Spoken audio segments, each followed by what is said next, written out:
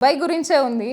And ప్రతి ఓడు connect అవుతాడు. బికాజ్ తెలంగాణలో మేజర్గా మన దగ్గర కొంచెం ఎదిగినామంటే దుబాయ్కి పోవాలి, కోట్లు కోట్లు సంపాదించాలి, తిరిగి రావాలి. మా తెలంగాణ. సో ఇట్లా ఉంటుంది. మీది కూడా అదే ఇదిలో ఉన్నట్టుంది. మీరు కూడా అంటే generally out of the box మీరు జనరల్గా అదే అనుకున్నారా, నేను హీరో అవ్వాలనుకున్నారా? నేను చాలా అనుకున్నాను అండి చిన్నప్పుడు. అంటే హీరో అవ్వాలని ఇంట్రెస్ట్ ఉండే, కానీ ఇంకా మనకు తెలుసు కదా. సో ఫ్యామిలీస్ అంటే నా ఫ్యామిలీ ఎవరు సినిమా ఇండస్ట్రీలో లేరు. సో ఎట్లా వచ్చేసిన హీరో అయినా అంటే హీరో టార్గెట్ ఉండే, బట్ అది కాలేం లేదు, మిగతా ఏమైనా అయిదాం, ఎంబీఏ చేసి జాబ్ చేసుకుందాం అట్లా అనుకున్నాం. కానీ హీరోనే అయినా లాస్ట్కి. సో అట్లా అక్కడ పోయి లాస్ట్కి ఇక్కడికి వచ్చి పడ్డా. ఓకే. సినిమా కష్టాలు ఏమన్నా ఫేస్ చేసినావా starting stages of your career?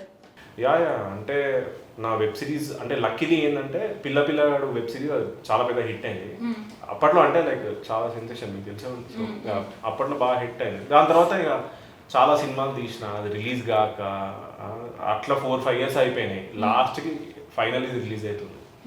So అట్లా. ఓకే. సో సినిమా కష్టాలు మీలో కూడా ఉన్నాయి, మీ కెరియర్లో కూడా. అండ్ సార్, ఆ స్వీట్ బాక్స్లు ఎక్కడ దొరుకుతాయి?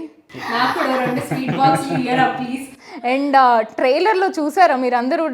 చూస్తే అర్థమైపోతుంది ఆ స్వీట్ బాక్స్లో ఏముంది అనేది. నాకు కూడా స్వీట్ బాక్స్. ఆ స్వీట్ బాక్స్ కావాలంటే మీరు యాంకర్ కాదు, మీరు ఒక ఆఫీసర్ కావాలి.